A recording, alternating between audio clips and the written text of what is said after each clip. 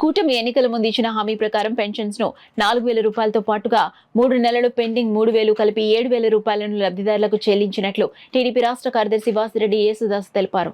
Kakinada rural నియోజకవర్గం కాకినాడ నగరపాలక సంస్థ 1వ డివిజన్ రమణయ్యపేటలో కార్పొరేషన్ అధికారులు టీడీపీ నాయకులు కలిసి ఇంటింటికి వెళ్లి సామాజిక పెన్షన్స్ పంపిణీ కార్యక్రమాన్ని నిర్వహించారు. టీడీపీ రాష్ట్ర కార్యదర్శి వాసిరెడ్డి యేసుదాసు, పార్టీ నాయకులు, కార్యకర్తలు, కార్పొరేషన్ అధికారులు యేసుబాబు, లాజన్, దుర్గారావు, సచివాలయం సిబ్బంది కలిసి లబ్ధిదారులను సత్కరించి పెన్షన్స్ ను పంపిణీ చేశారు.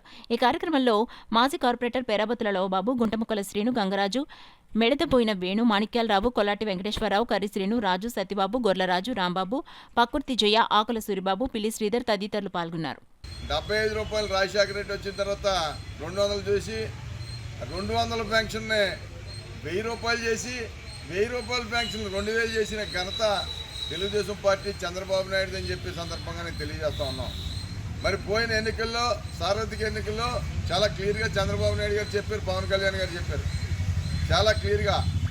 అభివృద్ధితో పాటు సంక్షేమాన్ని కూడా 2 కాళ్ళ కింద చూసి ఈ రాష్ట్ర అభివృద్ధికి కృషి చేస్తాం, వనరులు సమకూరుతాం, వనరుల్ని వచ్చేవట్టు ఢిల్లీ నుంచి గల్లీ దాకా డబ్బులు తెస్తామని చెప్పి ఒక బీజేపీతో కూడా పోటం పెట్టుకుని పనిచేయడం జరిగింది. దానిలో భాగంగా ఈరోజు 1వ తారీఖు రాష్ట్ర వ్యాప్తంగా ప్రతి తల్లికి ప్రతి తండ్రికి కూడా 3,000 రూపాయలు గత 3 నెలది, ఈ నెల 4,000 కలిపి 7,000 రూపాయలు ఇచ్చిన ఘనత చరిత్రలో ఎప్పుడు కూడా లేదు. అటువంటి చరిత్ర మళ్ళీ ప్రజలే ఈ రాష్ట్రాన్ని కాపాడుకుని సుమారు 90% తెలుగు